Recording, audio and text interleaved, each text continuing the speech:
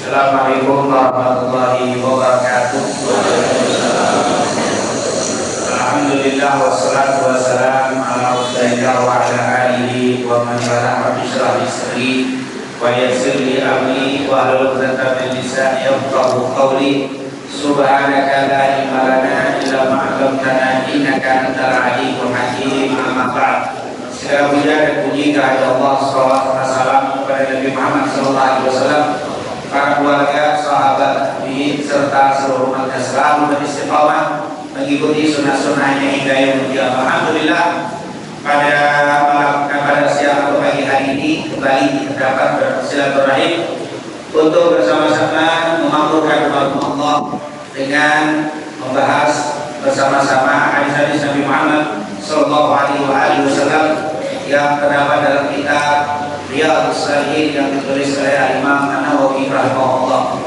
Semoga apa yang kita lakukan ini mendapatkan keberkahan dan keridhaan dari Allah Subhanahu wa taala. Amin. Ya rabbal alamin. Pada kesempatan pagi hari ini kita akan melanjutkan pembahasan kita dari kitab Riyadhus Shalihin yang saat ini berubah bab, tapi melanjutkan hadis di 341.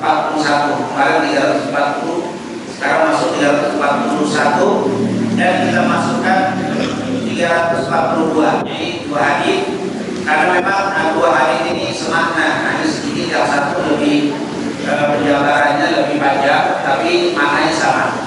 Maka supaya tidak mengulang pada pekan selanjutnya atau pertemuan selanjutnya, kita langsung ambil dua hadis. Tapi alhamdulillah tidak terlalu panjang dengan sama maknanya, hanya sedikit ada kenapa dilakukan oleh Abdullah bin Umar seperti itu saja sebabnya, yaitu dengan judul silaturahim dengan sahabat ayah, sahabat ibu, kerabat atau orang yang dicintai.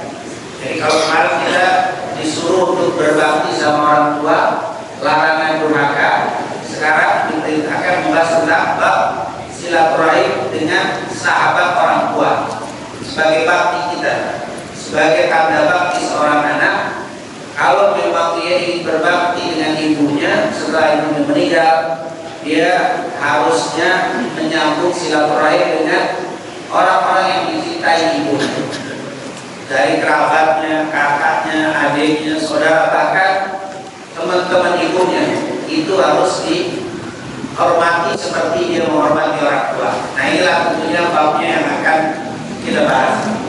Yang pertama disebutkan di situ di ayat 341, diriwayatkan oleh Ibnu Umar radhiyallahu anhu, Rasulullah SAW bersabda, "Inna abaral birri an yasila rajulu ahlahu li abihi." Ini tentunya hadis yang ke-341. Ada beberapa hadis.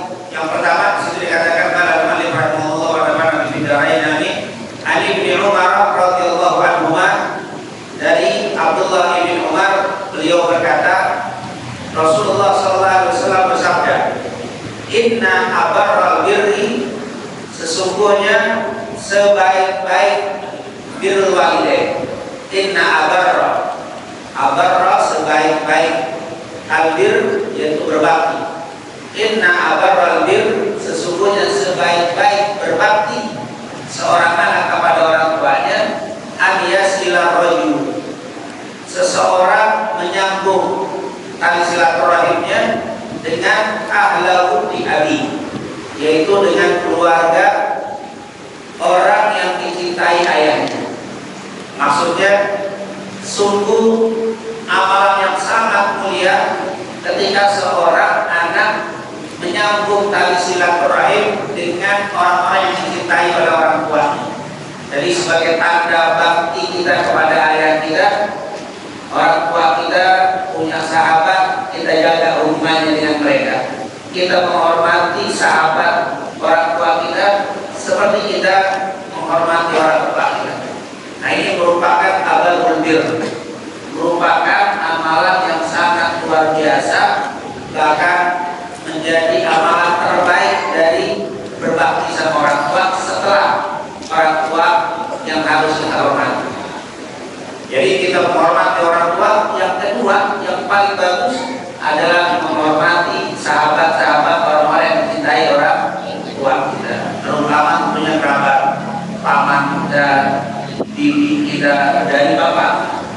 atau dari ibu. Ini luar biasa yang disebut dengan silaturahmi. Kemudian diriwayatkan juga oleh Abdullah bin Umar. Ini hadis ke-342. An Abdullah bin Dinar, an Abdullah bin Umar, dari Abdullah bin Dinar, beliau mendengar dari Abdullah bin Umar. Jadi semua riwayatnya dari Abdullah bin Umar radhiyallahu anhu. Makanya nanti kita akan sedikit bahas singkat biografi Abdullah bin Umar, karena di sini berfokus pada Abdullah bin Umar. Anna rajulan min al-A'rab, sesungguhnya pernah seorang dari Bani Arab, atau Badui. Dulu ada seorang Arab Badui, laqiyahu, berjumpa dengannya, dengan Abdullah bin Umar. Jadi waktu Abdullah bin Umar dengan Abdullah bin Dinar jalan, Abdullah bin Dinar yang muridnya tabi'in, kalau Abdullah bin Umar sahabat. Jadi sahabat Nabi berjalan dengan muridnya yang bernama Abdullah bin Dinar. Pas lagi jalan bertemu dengan orang Badui. Di mana? Di tariqi Makkah, yaitu di jalan, salah satu jalan Makkah. Artinya berarti ceritanya kejadiannya di kota Makkah. Waktu dia jalan di jalan kota Makkah, ketemu sama orang Arab Badui. Wassalamu alaihi Abdullah. Melihat orang Arab Badui itu, langsung Abdullah yaitu bin Umar. Abdullah bin Umar langsung memberikan salam kepadanya. Assalamualaikum. Abdullah bin Umar yang pertama kali salam kepada orang Badui. Wa amalahu ala himari kana yarkabu, langsung dipegang, dituntun, dibimbing untuk menaiki himar, keledai. Waktu itu Abdullah bin Umar sedang keledai. Ini keledai itu beda dengan kuda ya. Kalau kuda agak apa besar, kalau keledai kecil.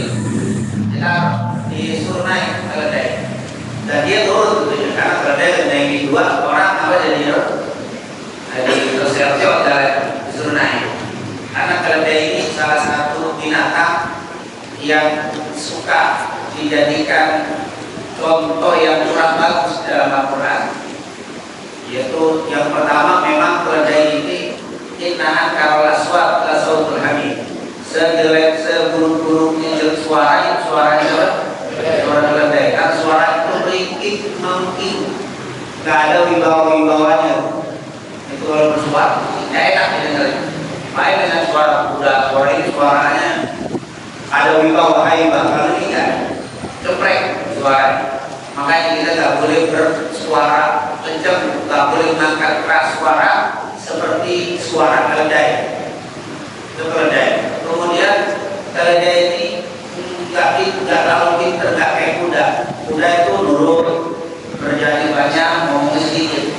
Kalau keledai ini nggak terlalu nurut, nggak terlalu setia, banyak ngomongnya, terjadi dikit. Ini keledai modelnya. Kurang pandai lah. Makanya masalul ladzina utul Taurat kama dalil imaniyah dilu asfar, yaitu orang-orang yang membawa kitab Taurat tapi tidak mengamalkan isinya seperti keledai yang bawa kitab. Keledai bawa kitab tidak ada manfaat, yaitu agak bahalu, agak bodoh si keledai. Makanya keledai ini menjadi sebuah binatang yang kurang dalam arti dipandang orang nggak sehebat naik kuda, naik kuda.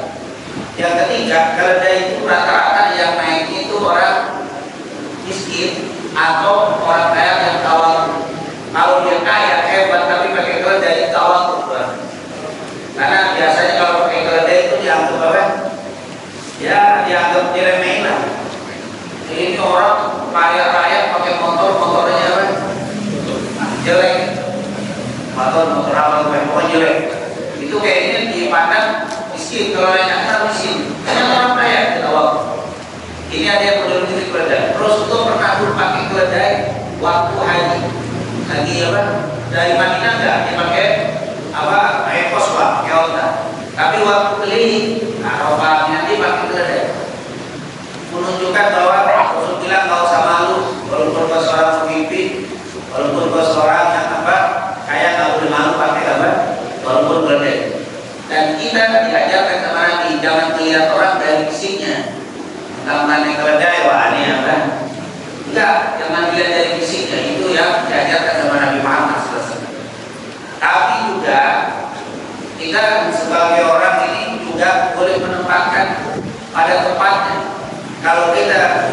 berjalan di depan orang-orang yang apa, hati bersih, aman, melihat apa, nggak melihat dari fisik, alhamdulillah.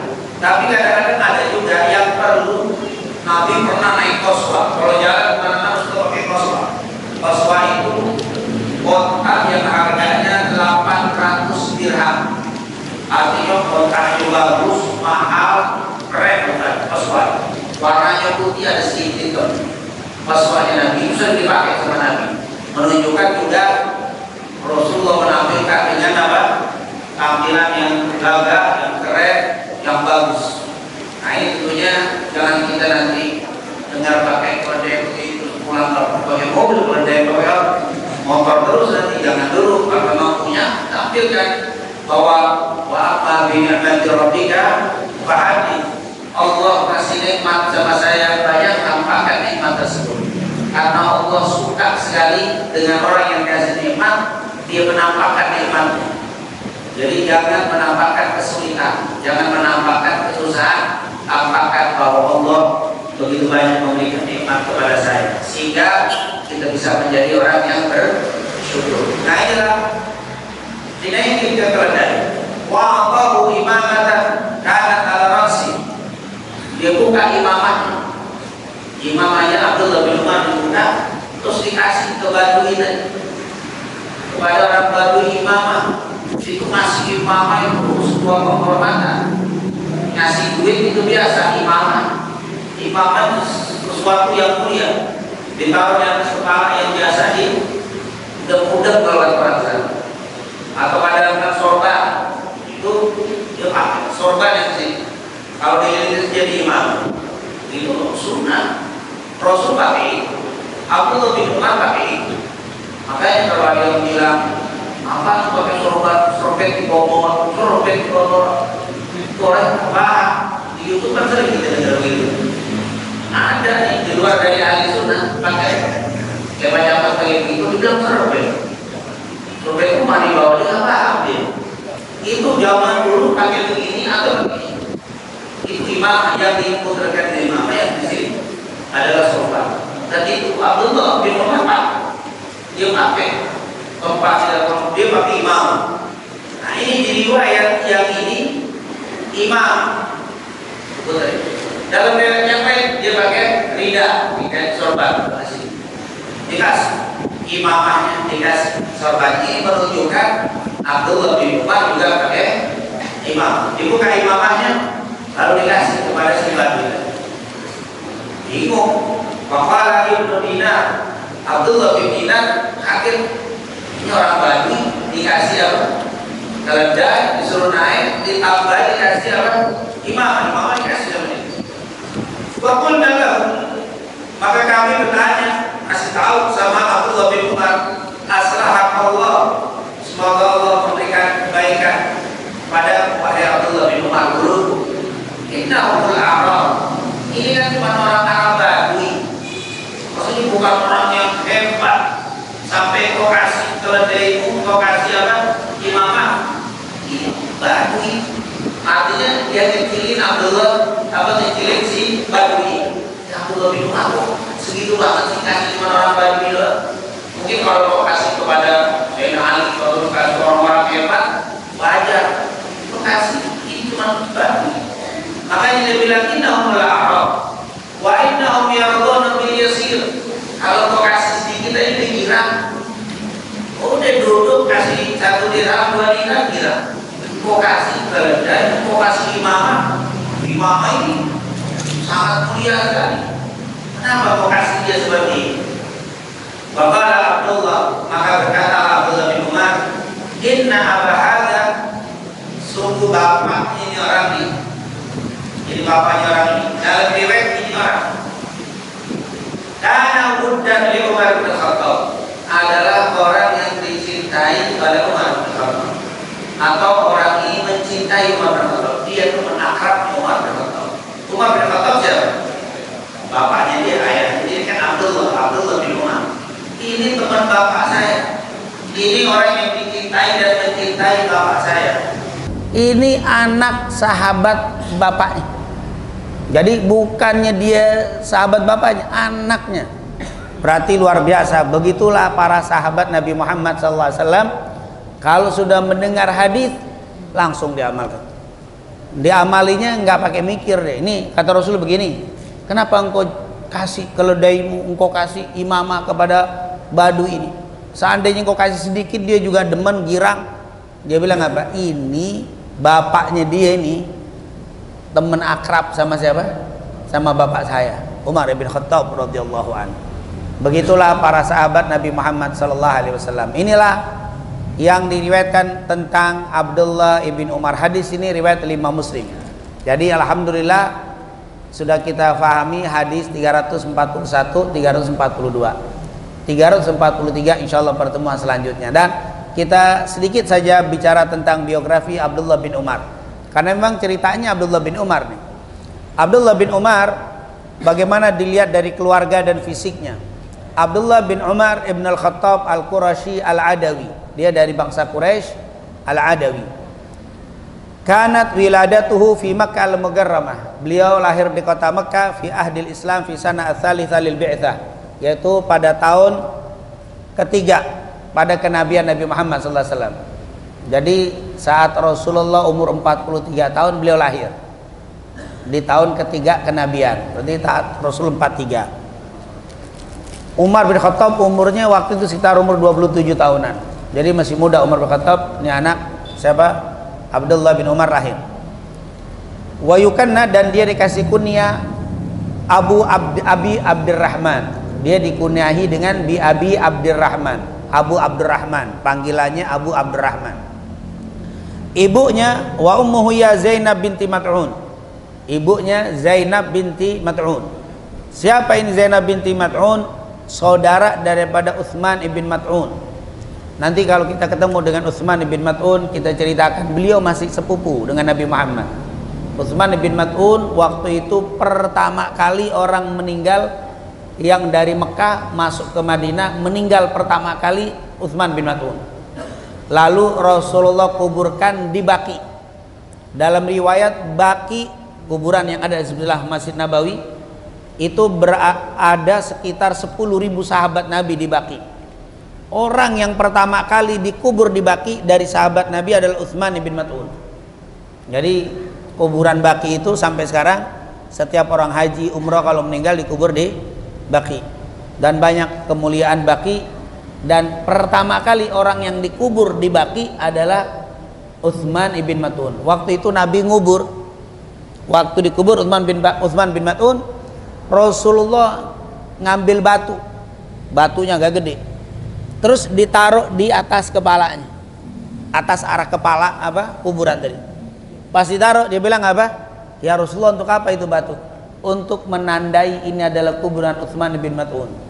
Sehingga nanti kalau keluarganya yang meninggal, saya kubur dekat dengan dia. Ditaruh batu yang besar di atas kepalanya. Ini yang dijadikan dalil ahli sunnah bahwa batu nisan nggak apa-apa. Orang meninggal dikasih batu apa? Batu nisan. Itu salah satu dalil dari ahli sunnah. Rasulullah waktu nguburin Utsman bin Mat'un dikasih batu. Waktu ditanya kenapa harus dikasih batu? Untuk menandai ini kuburan Utsman Ibn Mat'un. Nanti kalau ada keluarga yang meninggal, saya taruh dekat-dekat dengan kuburannya. Jadi ahli sunnah bikin batu nisan dalam kuburan ada dalilnya. Ini kalau kita nggak ngerti, bid'ah. Nabi nggak ada batu. Zaman Mekah sekarang nggak ada. Itu dikasih batu. Masalah ditulisin nggak ditulisin itu kan tanda. Yang penting Rasulullah bilang ini alamat tanda kuburan Utsman bin Mat'un. Berarti di situ menunjukkan ahli sunnah langsung, oh berarti boleh kuburan dikasih nama fulan-fulan, ditandain. Ustaz Saudi nggak pakai, kata siapa? Pakai, cuman nomornya kecatat nanti di. Jadi antum kalau ada keluarga yang meninggal di Mekah, datengin di Mekah, nomor berapa? Nomor sekian-sekian. Oh ini kuburannya. Itu ada nomornya, cuman nggak ditulis. Sekarang di sini dibedain. Pakai nisan bid'ah. Nah di sini kalau nggak pakai nisan antum puyeng, kan ada pajaknya, nggak bayar diusir, ganti. Kita jangan langsung di sana jadi patokan, kalau sana nggak ada di sini nggak ada, nggak begitu dalam beragama. Utsman bin Maz'un dikasih. Nanti kita akan ceritakan tentang Utsman bin Maz'un. Dia punya saudari yang terkenal adalah Hafsah binti Umar. Nah, dia punya saudara perempuan Hafsah. Hafsah ini adalah salah satu istri Nabi Muhammad. Berarti Abdullah bin Umar sama Nabi kedudukannya apa? Ipar. Kan dia punya saudaranya perempuan, Hafsah nikah dengan Rasul. Berarti iparan dengan Nabi Muhammad sallallahu alaihi wasallam. Karena Abdullah bin Umar rajulan tawilan. Dia ini orangnya gede. Seperti Umar bin Khattab. Umar bin Khattab orangnya gede. Dia juga nih Abdullah bin Umar orangnya gede. Dan rambutnya wa kana sya'ru yatadalla min muqaddimati ra'sihi ila mankibai. Rambutnya panjang menjulur sampai dekat pundaknya. Gondrong. Tapi gondrongnya rapi, pakai imamah. Ini gondrong naik begitu.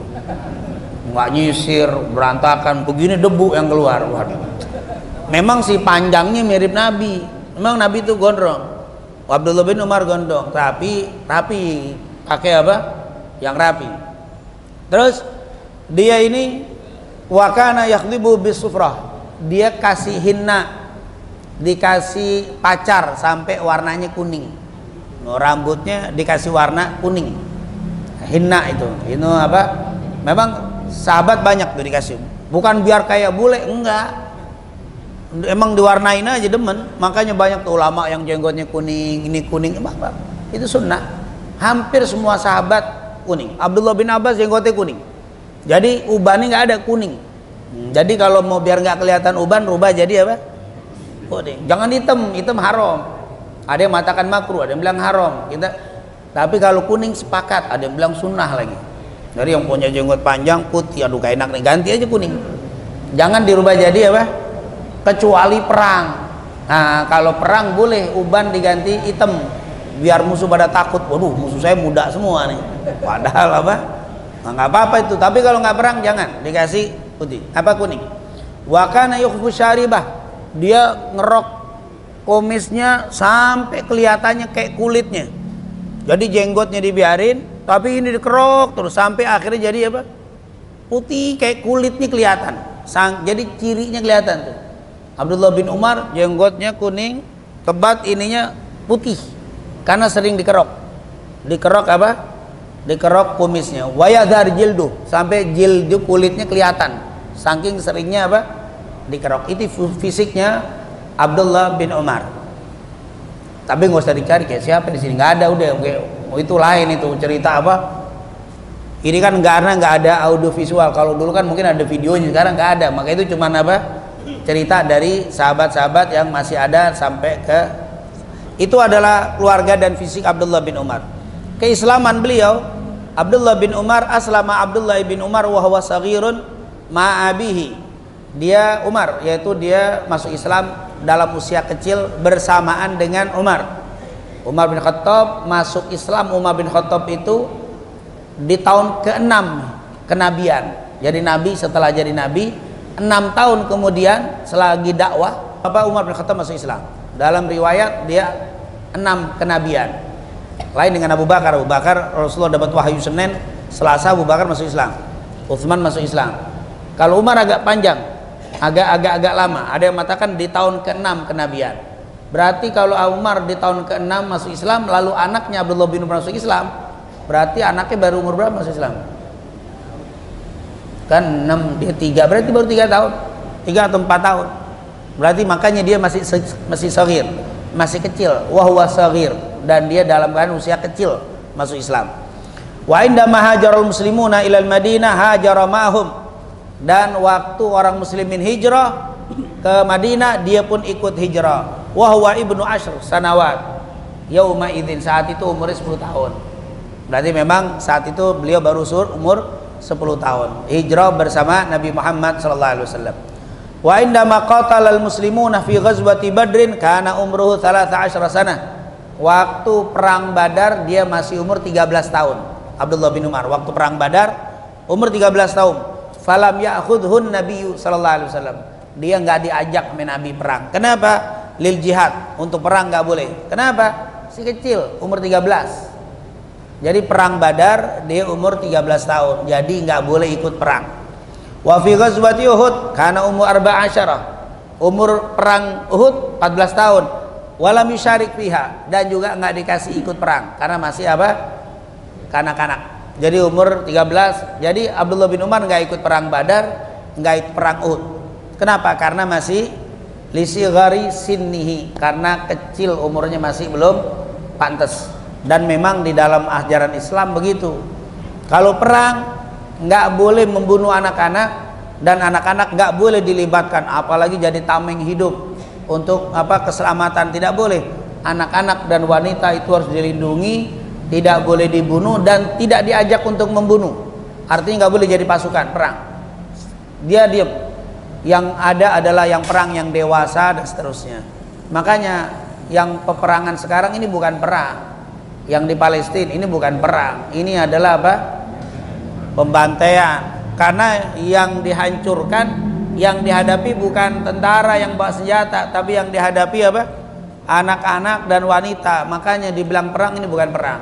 Makanya seluruh dunia, bukan masalah agama lagi, hatta non muslim kalau punya pri kemanusiaan sedikit aja nggak setuju dengan peperangan ini, karena ini bukan perang. Ini adalah pembantaian, pemusnahan. Sudah hampir 11.000 yang gugur. Bahkan anak-anak diantaranya hampir 5.000 anak-anak.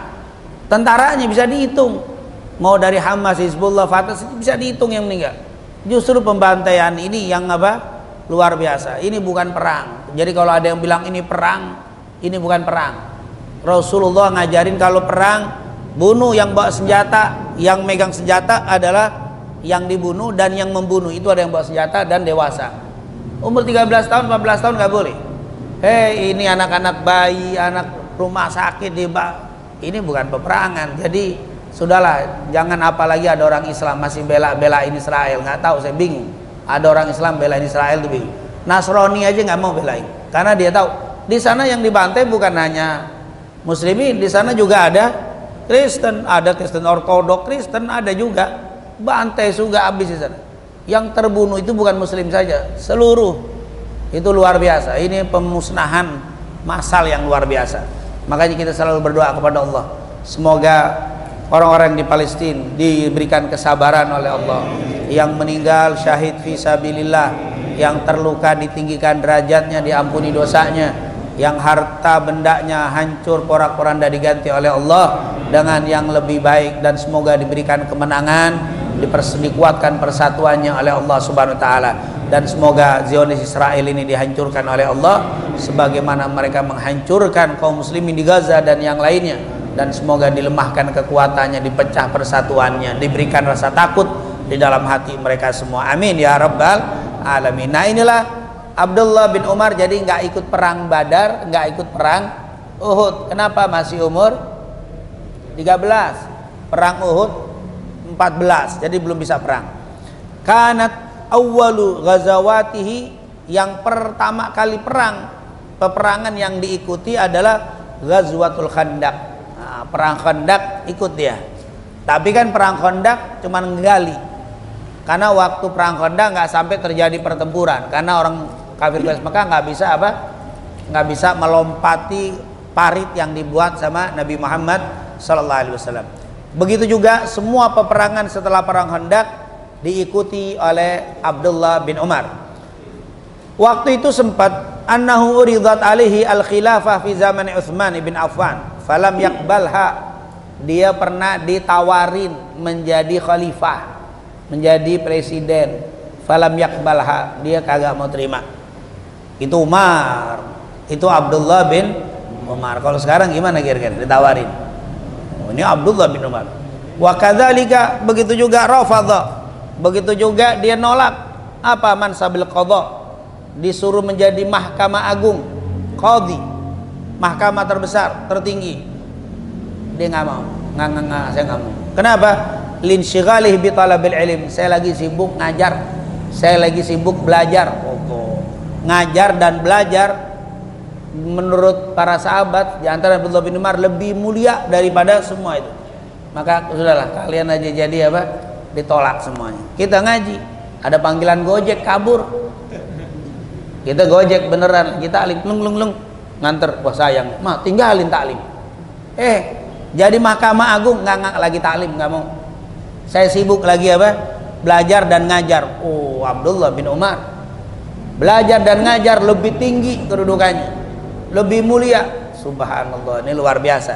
Tapi memang waktu itu masa sahabat, mahkamah banyak yang alim, kalau presiden banyak yang alim, udah diserahin. Tapi sekali waktu nggak boleh begitu juga. Kalau memang mahkamah nggak ada yang rapi, pemimpin nggak ada yang rapi, muslimin harus apa? Harus maju. Jangan nanti udah dah saya di ngaji aja ngaji, itu sono berantakan urusannya. Karena pemerintahan ini juga berpengaruh kepada kita, maka kita harus juga peduli. Sama seperti saya masuk ke masjid Al Khair, ternyata ada ustadz yang alim, suara enak, udah walaupun kita enak nggak usah ikut maju, biarnya cukup. Tapi kalau nggak ada yang maju berantakan, jangan nggak, kalau sekolah tawadu silakan. Yang maju akhirnya apa? Berantakan bacaannya, dosa. Antum paham, antum ngerti, antum apa? Pakai tawadhu lagi, nggak mau apa? Nggak mau maju, pakai nyerahin ke orang. Yang maju ternyata nggak bener, dosa. Tapi kalau sudah banyak yang bagus-bagus, udah cukup ada di belakang makmum aja deh, makmum. Nah, berat jadi apa? Jadi imam berat, boleh mengatakan itu dan tidak usah maju.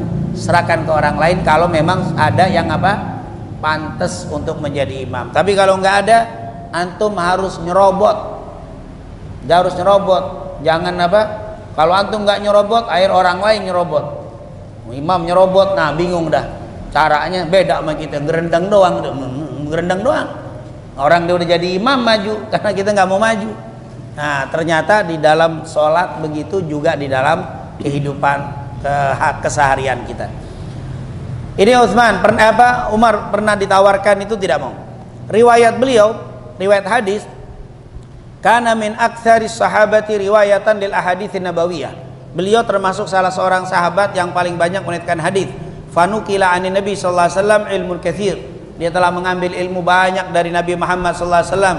Begitu juga mengambil ilmu dari Abu Bakar, dari Umar, ayahnya sendiri, dari Utsman, dari Ali, wa ghairuhum min kibari sahabah, dan yang lainnya dari sahabat-sahabat besar. Artinya Abdullah bin Umar ngambil belajar selain dari Nabi, dia juga ngaji dengan Abu Bakar, taklim dengan bapaknya sendiri, dengan Utsman, dengan Ali, dengan sahabat-sahabat yang lain. Artinya dia banyak belajar dengan para sahabat, sehingga dan juga belajar dari muridnya dia juga banyak dari golongan tabi'in seperti Sayyid ibn Musayyib, Thabit al-Bunani, Tawus, Zuhri, Muhammad bin Sirin, wa maulahu Nafi', pembantunya sendiri yang namanya Nafi', Mujahid, wa ghairum, dan yang lainnya. Begitu juga siapa tadi? Abdullah bin Dinar. Yang tadi Abdullah bin Dinar itu salah satu apa? Muridnya beliau. Beliau sempat meriwayatkan hadis sebanyak 2630 hadis.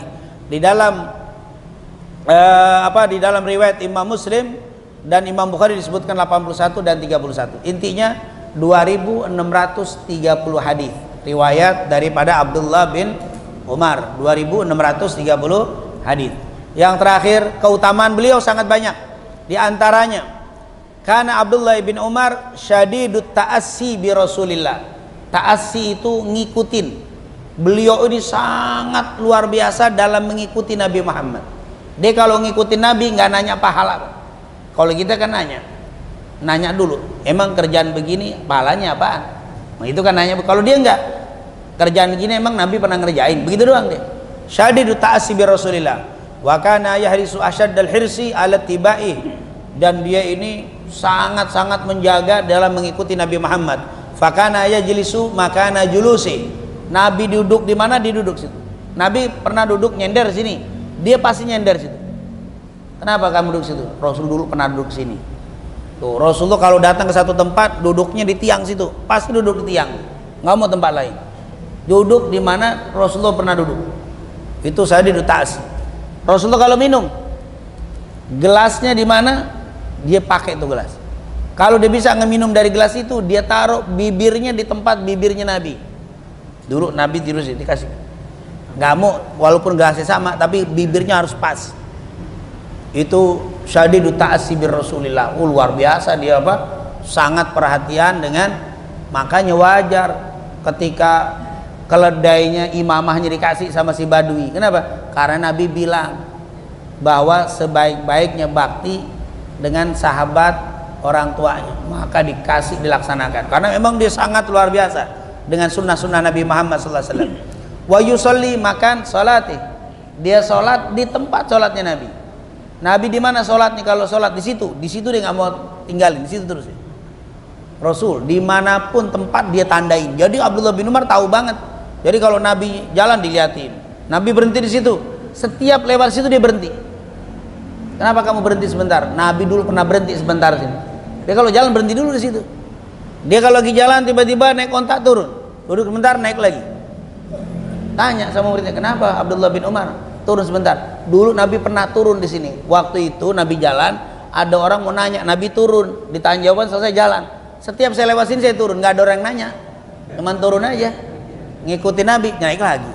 Abdullah bin Umar, wow, luar biasa dia. Hatta annahu yastadillu, ya dikatakan annahu dhal, dikatakan dil, bahwa dia itu pernah berteduh. Dhillun yastadillu bisyajarin wa kana qad tafayya'a indahan Nabi sallallahu alaihi wasallam. Dulu ada dia berteduh di satu teduhan yang Nabi dulu pernah di situ, dia akan di situ walaupun sudah nggak ada teduhan. Jadi Abdullah bin Umar pernah duduk di tengah padang pasir, nggak lama dia berdiri jalan, tiap lewat situ duduk. Akhirnya ditanya, kenapa Abdullah bin Umar, Anda ini setiap lewat sini duduk? Dulu di sini ada pohon, dulu di sini ada pohon di masa Nabi. Nabi pernah berteduh di bawah pohon ini. Sekarang pohon udah nggak ada, saya tetap akan duduk di situ, ngikutin Nabi Muhammad. Allah nggak nanya pahala, ada pahalanya nggak gitu? Nggak saya pikirin pahala, yang penting Nabi pernah ngerjain saya apa? Kalau kita kan nanya dulu, ayo sholat qobliyah, emang pahalanya apa? Lebih baik dari dunia dan isinya. Wah mantap nih. Pak jangan lupa sholat qobliyah duhur 4 rakaat, ba'diyah 2 rakaat duhur. Pahalanya masa nggak disebutin sih pahalanya? Cuman Nabi ngerjain dulu. Oh gitu lemes sih udah. Coba qobliyah subuh, nggak pernah ketinggalan. Dunia lebih baik dari dunia, itu pikiran apa? Kalau Abdullah bin Umar nggak nanya itu pahala, nggak nanya lagi.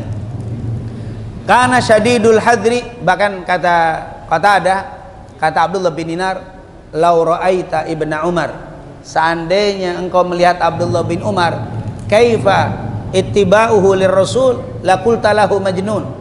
Kalau engkau melihat Abdullah bin Umar bagaimana ngikutin Nabi, paling kau bilang gila nih, gila. Kayak orang gila dia. Abdullah bin Umar kayak orang gila kalau ngikutin Nabi Muhammad SAW. Dia setiap naik ontak senyum. Dia mau pergi dari rumah nih, keluar dari rumahnya naik ontak, senyum. Habis senyum baru bismillah, tawakkaltu 'alallah wala haula. Tapi senyum dulu. Ditanya, kenapa senyum setiap naik ontak? Rasul dulu aku lihat waktu baca doa itu senyum. Jadi waktu mau naik kendaraan Rasulullah senyum. Maka setiap naik ontak atau naik kuda, naik keledai, saya senyum dulu, karena Nabi selalu senyum kalau naik ontak. Jadi itu sunnah. Makanya saya Abdullah bin Umar naik kendaraan selalu. Maka antum pun begitu. Antum kalau naik mobil harus senyum. Maksudnya seneng. Kalau nggak seneng jangan naik mobil. Mau ngapain seneng? Apalagi nyetir lagi dalam keadaan ruwet, bahaya antum. Lagi ruwet naik mobil, akhirnya. Jadi kalau apalagi lagi nyetir harus dalam keadaan senang. Itu Abdullah bin Umar selalu naiknya itu senyum. Kenapa Abdullah bin Umar setiap naik ontak senyum? Saya lihat Nabi dulu pernah waktu naik ontak disenyum. Habis naik ontak bismillah, dinaik senyum Rasulullah, terus baca bismillah, tawakkaltu 'alallah wala haula wala quwata illa billah al-aliyyil azim. Apa kata Rasul? Siapa yang baca doa ini, hudiya kufiya wukiya. Siapa yang baca ini doa keluar, Allah akan cukupkan, Allah akan jaga, Allah akan lindungi. Subhanallah. Jadi kalau kita keluar rumah jangan lupa bismillah, tawakkaltu 'alallah wala haula wala quwata illa billahil aliyyil azim. Kata Rasul, siapa yang baca itu akan dijaga, di luarnya nggak bakal kena macam-macam. Dijagain, dilindungi, setan pun nggak bisa dekat. Tapi senyum. Jangan naik bermerut bilang bagaimana mau dapat apa? Nah itu Abdullah bin Umar luar biasa. Makanya kata sahabat, kata tabiin, kalau kalian melihat Abdullah bin Umar, laqulta lahu majnun. Engkau bilang gila dia dalam rangka mengikuti Nabi kayak orang gila. betul-betul luar biasa beliau ini. Makanya nggak kaget tadi si Badui dikasih ontak, dikasih keledai, dikasih imamah karena dia ngikutin Nabi Muhammad SAW. Kalau perbuatannya yang kelihatan nggak ngandung pahala diikutin, apalagi perkataan Nabi, maka luar biasa, nggak nanggung-nanggung dia mengikuti Rasulullah SAW. Karena syadidul hadri minal ifta, dia paling hati-hati kalau ngasih fatwa. Ini halal, ini haram, ini bid'ah, ini nggak bid'ah. Paling takut dia. Syadid, paling hati-hati. Nggak kayak orang sekarang, dikit-dikit bid'ah, musyrik, kafir. Wah, itu nggak gampang. Zaman dulu, takut Abdullah bin Umar. Syadidul hadr, sangat berhati-hati. Ma'annahu kana mulaziman lin nabi wa ta'allama minhul katsir. Padahal dia orang yang selalu mulazamah, berdampingan dengan Nabi dan banyak belajar dari Nabi. Illa anna khaufahu min Allah Ta'ala man'uhu min an yatasahala bil fatwa. Tapi karena takutnya kepada Allah membuat dia takut gampang ngasih fatwa. Takut salah, takut dosa, takut keliru ngasih fatwa. Hati-hati banget. Syadidul hirs, nggak mau ngasih fatwa. Kita baru belajar 2 minggu nyesetin orang. Baru belajar 2 minggu, yang di pesantren 10 tahun, 15 tahun, 20 tahun, takut. Ini kadang-kadang makanya para ulama seperti Dr. Ali Jum'ah kaget saya sama orang sekarang. Baru belajar usbu'ain, syahrain, yufti, memberikan fatwa halal, haram, bid'ah, wala bid'ah, syirik, wala saya baru belajar 2 minggu, baru belajar 2 bulan, baru belajar setahun 2 tahun. Hati-hati. Lebih baik antum lebih selamat nggak ngasih fatwa daripada ngasih fatwa. Kalau salah ngasih fatwa, dalun mudil, ini sesat, menyesatkan. Kata Imam Al-Ghazali, tugas kita belajar, tugas ulama memberikan fatwa. Jadi kita nggak usah fatwa, udah ngaji aja, ngaji. Ke ngaji nggak usah ngasih apa itu sih fatwa? Hukum, ngasih keputusan hukum. Pak, bagaimana kalau begini? Menurut saya, menurut saya. Hati-hati, gampang banget. Bahkan ada ustadz, kalau nggak ditanya, kalau nggak ngeluarin fatwa, tersinggung. Justru kalau ulama dulu, sahabat nih, misalkan ada 6 sahabat lagi duduk, tiba-tiba datang orang Badui nanya, bagaimana hukum ini? Nanya, antum yang jawab. Yang ini antum jawab, sampai ketemu lagi ke sini. Saling mengandalkan untuk orang lain yang jawab. Kalau sekarang ada yang nanya, saya jawab, saya berebut jawabnya. Kalau zaman dulu malah mempersilahkan untuk apa? Itu fatwa, karena fatwa itu sangat berhati-hati. Ini Abdullah bin Umar sangat berhati-hati walaupun dia mulazamah dan ikut belajar banyak nama Nabi Muhammad SAW. Tapi walaupun begitu, walam yakun mughtarran bi ilmi, walau su'ila amma la ya'rifu la yataharraj an yaqula la a'lam. Tapi walaupun demikian, Abdullah bin Umar sangat-sangat menjaga keilmuan, dan kalau dia ditanya benar dan dia tidak tahu, dia nggak malu untuk mengucapkan la a'lam, wallahu a'lam, saya nggak tahu, saya nggak ngerti, wallahu a'lam. Nggak malu ngomong apa? Walaupun alim, walaupun orang yang luar biasa, tapi kalau dia ditanya, dia sering mengucapkan wallahu a'lam, la a'lam. Subhanallah. Makanya kata Imam Malik, siapa yang belum bisa mengucapkan la a'lam atau wallahu a'lam, maka jangan menjadi ulama. Bahaya. Kalau ulama gengsi ngomong wallahu a'lam atau saya tidak tahu, itu bahaya. Semuanya harus tahu dan semuanya diberanikan untuk menjawab, sangat bahaya. Makanya kata Imam Malik, kalau kamu belum berani mengucapkan saya tidak tahu, jangan jadi ulama. Lihat bahayanya mengucapkan apa? Ilmu tanpa pengetahuan atau tanpa keyakinan. Kayak menurut saya, itu menurut saya itu bahaya tuh. Jadi kalau ada ustaz ngomong menurut saya, jangan deh. Tapi kalau menurut Imam Syafi'i, menurut Imam Ahmad, menurut Imam ini, nah itu boleh tuh. Karena yang kita pegang para ulama salaf, bukan Anda. Ini sekarang Anda semua yang jadi bahaya sekali. Ini hati-hati, karena memberikan fatwa itu menjadi resiko yang sangat besar. Wa kana Abdullah ibn Umar taqiyan wa khawafan minallah. Beliau ini adalah orang yang bertakwa, yang sangat takut kepada Allah, takut melanggar aturannya, takut tidak menjalankan ibadah dengan sempurna. Ya wa syadidut ta'atsuri bil Qur'anil Karim. Syadidut ta'atsur, cepet kalau lagi baca Quran itu langsung ke bawah. Itu syadidut ta'atsur.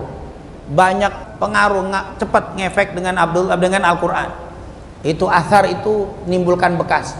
Syadidut ta'atsur, kalau lagi baca Quran tiba-tiba gemeter ke bawah. Dia waktu cerita tentang azab nangis, cerita tentang surga dia bisa senyum, cerita tentang azab dia bisa gemeter. Lihat di dalam salah satu contohnya, fala yamurru an ayatin fiha tahdid aw wa'id illa ta'athara biha. Dia tidak membaca ayat yang berbicara tentang ancaman, azab, siksa, kecuali dia akan berpengaruh, langsung itu gemeter badannya.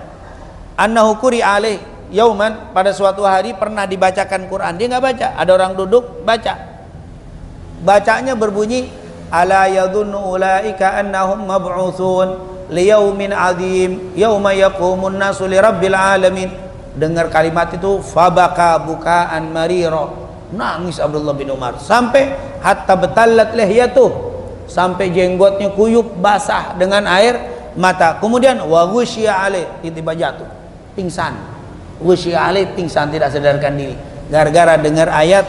Apakah mereka menyangka bahwa nanti di hari kiamat mereka tidak dibangkitkan, di hari yang sangat agung? Saat itu manusia semua berdiri di hadapan Allah mempertanggungjawabkan amalnya, gemeter, nangis sampai jenggotnya basah, pingsan. Kenapa? Membayangkan dia nanti berdiri di hadapan Allah mempertanggungjawabkan amalnya, padahal amalnya kayak begitu ketakutan. Kita slow aja, slow, kita subuh lewat santai. Lewatnya bukan lewat sholat berjamaah, lewat waktu.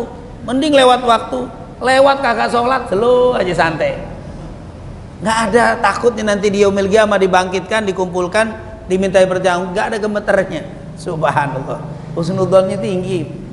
Kita ini kadang-kadang husnudzonnya tinggi, positive thinking sama Allah. Allah Maha Pengampun, saat Ghafurur Rahim. Allah nggak mau nyusahin kita. Allah Maha Sayang. Sayangnya Allah melebihi sayangnya seorang ibu kepada anak. Insya Allah kita aman. Aman bener sih. Tapi jangan kebablasan juga. Antum berbahaya juga kalau terlalu harus ada khauf war raja. Ada khauf war, ada rasa takut tapi ada penuh harap. Insya Allah Allah berikan taufik hidayah kepada kita. Dan Allah terima semua amal kita, dosanya diampuni semua oleh Allah. Amin. Ini Abdullah bin Umar sampai gemeter, bahkan sampai pingsan. Karena zahidan fid dunya, sifatnya, sifat beliau zuhud. Qawwama, tukang bangun malam. Qawwam itu bukannya bangun malam, qawwam itu fa'al. Kalau bahasa guru-guru nahwu katanya mubalaghah, tukang bangun malam. Waduh, bangun malamnya udah tukang, udah ahli. Kalau kita kan kebangun, lain sama kebangun malam. Saya kebangun berarti bukan kalau ini qawwam, mutahajjidan, tahajudnya itu kesukaannya. Sampai pernah beliau katakan, laula qiyamul lail, seandainya bukan karena bangun malam, saya nggak berharap hidup panjang umur. Saya pengen panjang umur karena ada qiyamul lail. Nikmat hidup saya di qiyamul lail. Kalau nggak ada qiyamul lail, saya nggak berharap hidup panjang. Allah, luar biasa ini siapa? Abdullah bin Umar dan para sahabat terdahulu. Katsirus shalah fil lail, banyak salat di waktu malam. Kana kariman atufan minal anil fugara alal fugara. Dia ini orang yang dermawan, orang dermawan. Terus atufan, orang yang lemah lembut kepada orang fakir, nggak keras sama orang kafir, sama orang-orang fakir, lembut sifatnya sama orang fakir. Kalau kita kadang-kadang orang kaya lembut, fakir garang. Kalau dia enggak, justru fakir yang dihormati. Fakir dihormati luar biasa. Seperti Nabi Muhammad di dalam Simtud Durar dikatakan apa? Idza da'ahul miskinu ajabahu ijabatan muajjalah. Nabi itu kalau diundang sama orang fakir cepetnya luar biasa, ngedatengin undangan itu. Sama orang kaya biasa aja, tapi kalau mau mbah fakir ngebut, cepet dia datang. Ijabatan muajjalah, benar-benar dia mendatangi dengan semangat dan penuh hati. Itulah yang dicontohkan Rasulullah SAW. Ini dia pencinta fakir dan kariman, orangnya dermawan. Wa kana muhibban lil jihad, cinta sama jihad. Wa kana harisan ala wahdatil muslimin, sangat memperhatikan atas persatuan dan kesatuan kaum muslimin. Wa adami tafarruqihim, dan gak suka itu bikin pecah belah umat Islam. Apapun yang dipikirkan bagaimana persatuan umat, bagaimana persaudaraan Islam, itu selalu diperhatikan. Maka kita juga begitu. Ayo kita jaga persatuan kita, kesatuan kita. Perbedaan pilihan itu hal biasa, tapi tetap persatuan harus kita jaga. Perbedaan majelis itu biasa, perbedaan seragam itu biasa, perbedaan organisasi biasa, tapi kita adalah umat Nabi Muhammad sallallahu alaihi wasallam. Kita jaga persatuan kita, jangan sampai terpecah. Walam yarfa silahan fi wajhi muslimin abada, dia tidak pernah mengangkat pedang sekalipun untuk orang Islam. Artinya dia nggak mau bikin permusuhan dengan umat Islam. Dia tidak pernah mengangkat pedangnya untuk menghadapi kaum muslimin. Yang terakhir wafatnya beliau. Sengaja saya tuliskan bahasa Arab untuk supaya biar ngerti bahwa biografi yang saya suka ceritakan di pembahasan kita bukan ngarang, artinya memang bersumber ya. Jangan nanti Ustaz ngarang-ngarang aja tuh. Abu Hurairah ceritanya begini, bener apa enggak tuh? Jangan-jangan apa? Cerita ini lagi, dongeng lagi urusannya. Enggak, ini semua bersumber, ini semuanya saya nukil dari Syiar Nubala, dari beberapa kitab yang berbicara tentang manaqib, yaitu fadail dari para sahabat Nabi Muhammad sallallahu alaihi wasallam. Wafatnya beliau ruwiya, diriwayatkan katanya, tapi memang riwayatnya yang terbanyak ini. Walaupun ruwiya itu kalau bahasa hadis namanya sighatut tamrid. Sighatut tamrid artinya lafadz yang masih diragukan atau sakit. Lafadz sakit maksudnya bisa benar bisa enggak. Kalau kata orang Betawi katanya gitu. Katanya apa? Kalau katanya kan masih apa? Katanya sih saat berarti itu beritanya masih perlu dicek lagi. Kalau kata orang TV suka menurut kabar burung. Wah, kabar burung. Emang burung bisa apa? Antum jangan mikir burung itu suka bawa berita yang nggak jelas. Burung itu makhluk yang paling banyak dipuji di dalam hadis Rasulullah. Bahkan beritanya benar semua. Waktu itu lihat Sulaiman waktu alaihi salam waktu ngajak rapat, semua binatang pada kumpul, kagak kelihatan burung siapa? Hudhud kemana? Ternyata kagak ada. Kata Nabi Sulaiman, awas besok kalau datang nggak ngasih alasan keabsenan dalam rapat, saya akan hukum. Nggak taunya datang si Hudhud. Kemana kemarin nggak ikut rapat? Saya mendatangi satu negeri, di situ ada kerajaan besar yang negeri itu nyembah matahari dan seterusnya. Nabi Sulaiman percaya. Berarti burung itu nggak bawa kabar burung, kabar-kabar yang nggak jelas maksudnya. Jangan burung dituduh begitu, kata burung enak aja. Saya nggak pernah bawa kabar-kabar yang nggak jelas. Saya bawa kabarnya jelas. Nabi Sulaiman aja percaya sama saya. Burung itu Hud kan salah satu burung. Kemudian burung itu burung itu hatinya lembut. Hati binatang paling lembut burung. Bahkan Nabi dalam hadis Sahih Muslim dari Anas bin Malik, yadkhulul jannata aqwamun afidatuhum ka afidatit thair, kata Rasulullah. Hadis Sahih Muslim. Yadkhulul jannata, akan masuk ke dalam sorga aqwamun, satu kaum, qulubuhum, hati mereka ka afidatit thair, seperti hati-hati burung. Oh, bakal masuk sorga orang yang punya hati seperti hati burung. Maksudnya apa? Ternyata penjelasan para ulama, hati burung lembut.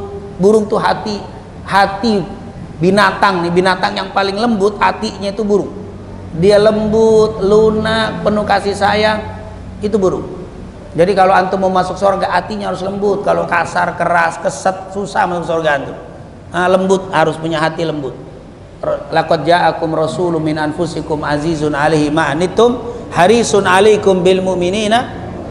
Lembut. Kalau antum jangan muka garang begitu, keras banget, kasar banget, peset banget tuh hati, susah. Lembut. Burung paling lembut.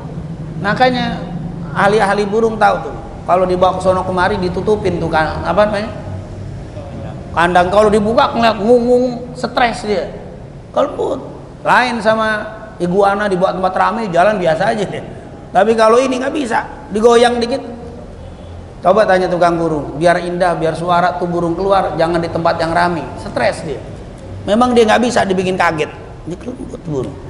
Makanya salah satu apa, harus lembut supaya kita bisa masuk ke dalam surga. Yang ketiga, burung itu tawakalnya kuat. Lau annakum tatawakkaluna haqqa tawakkuli la razaqakum kama yarzuqut thair yaghdu khimasan wa yaruhu bitanan. Apa kata Rasulullah SAW? Seandainya kalian bertawakal sebenar-benarnya tawakal, seperti tawakalnya seekor burung. Lihat, lau annakum tatawakkaluna 'alallahi haqqa tawakkuli. Seandainya kalian semua bertawakal dengan sebenar-benarnya tawakal, kama sebagaimana yang bertawakalnya seekor burung.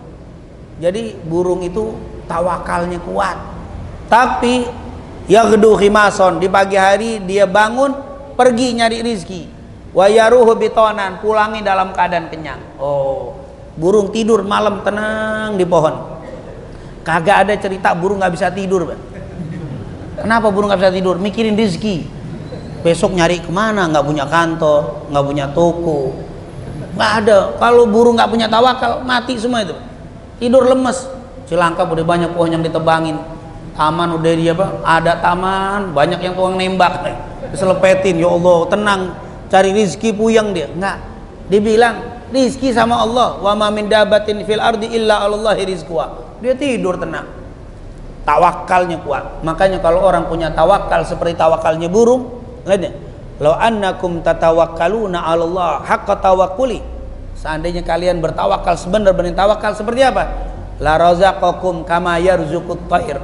Disebutin, ini saya kalian dikasih rizki seperti Allah ngasih rizki kepada burung. Tawakal. Makanya insya Allah kita semua jadi orang tawakal. Jangan pernah antum gak bisa tidur gara-gara mikirin rizki. Musibah antum, berarti kalau tawakalnya hilang itu. Kalau ada jamaah gak bisa tidur mikirin rizki, berarti kurang tawakalnya. Kalau mikirin sakit lain, sakit gak bisa tidur itu lain, cenut-cenut itu beda itu.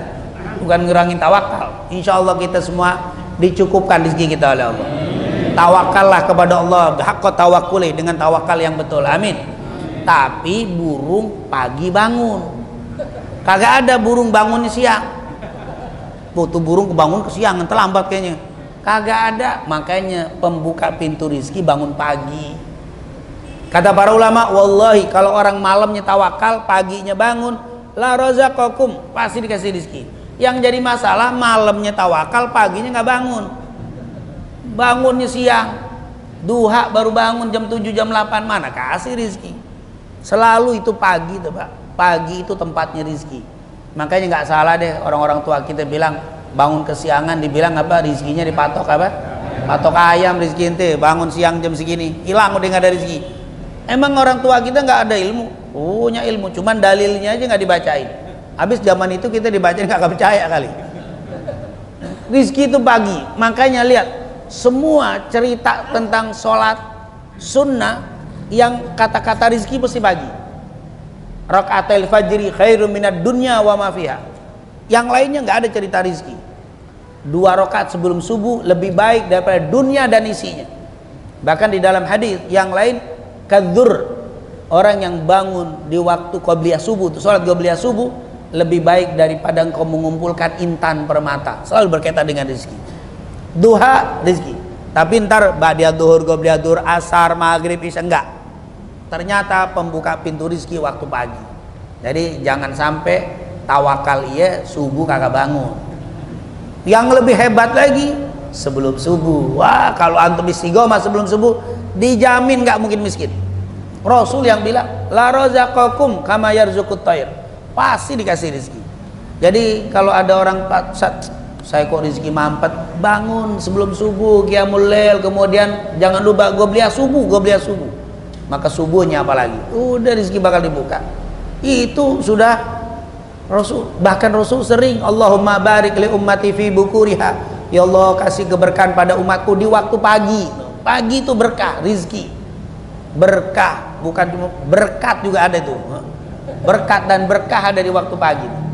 Waktu yang penuh berkah pagi. Syarat yang ketiga tawakal, pagi bangun, yaghdu khimason wa yaruhu bitonan. Burung itu terbang dalam keadaan lapar, pulang dalam keadaan kenyang. Berarti terbang artinya ikhtiar, jangan apa?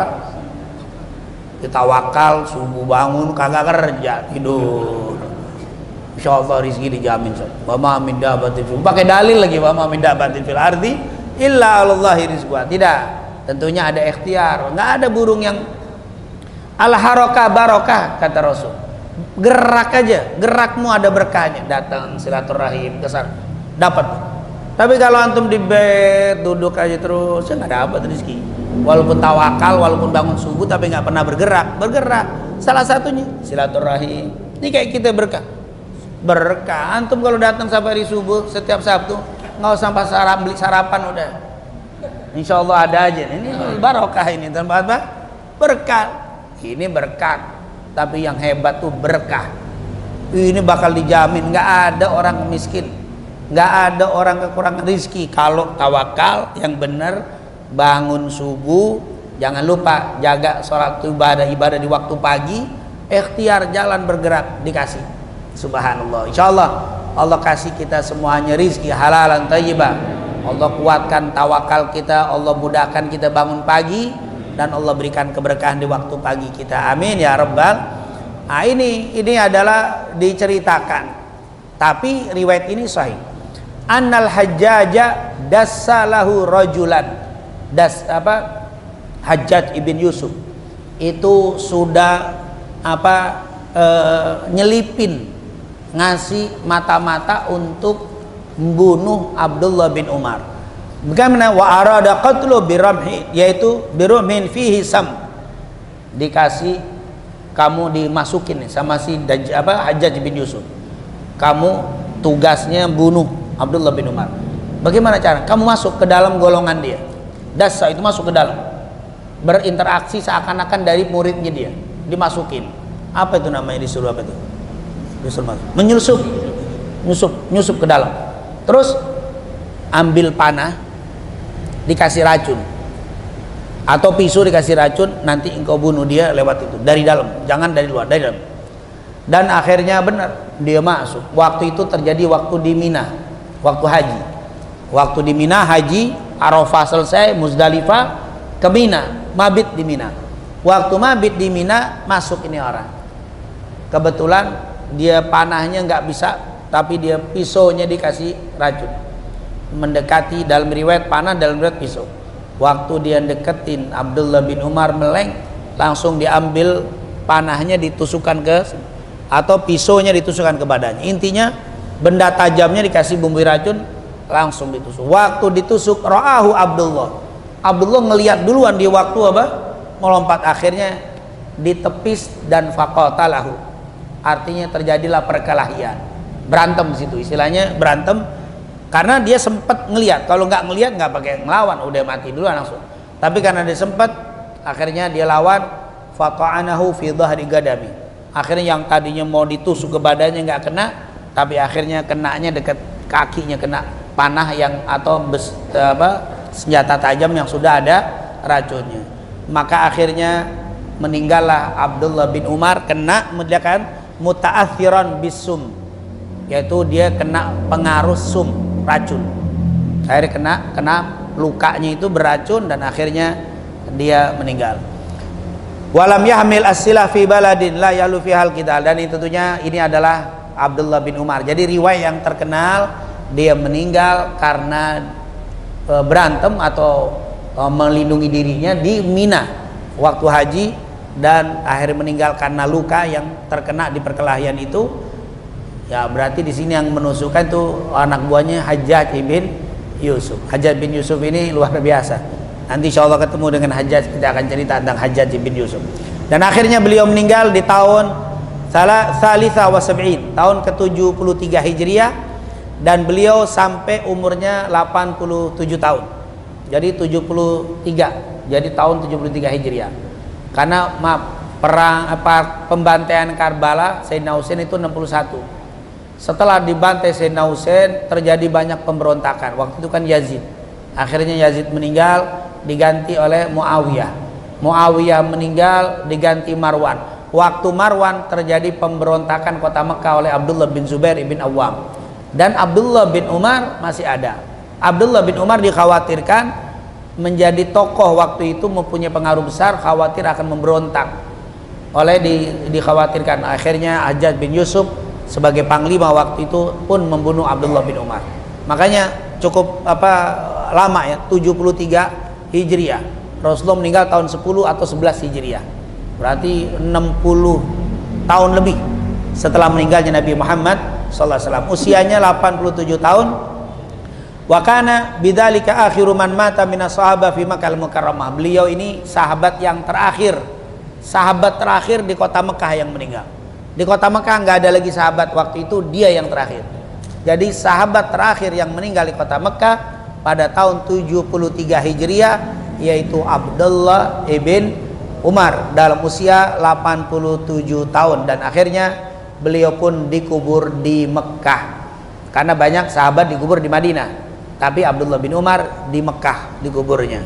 Dan akhirnya beliau ini terkenal sebagai seorang sahabat yang sangat-sangat luar biasa di dalam mengikuti sunnah Nabi Muhammad sallallahu alaihi wasallam. Semoga apa yang kita pelajari mendapatkan keberkahan dan keridhaan dari Allah Subhanahu wa taala, dan menambah kecintaan kita kepada Nabi Muhammad, kecintaan kita kepada para sahabatnya Nabi Muhammad, dan semoga Allah kumpulkan kita nanti di yaumil qiyamah bersama Nabi Muhammad dan para sahabatnya Nabi Muhammad. Amin ya rabbal alamin. Lebih kurangnya saya mohon maaf. Assalamualaikum warahmatullahi wabarakatuh.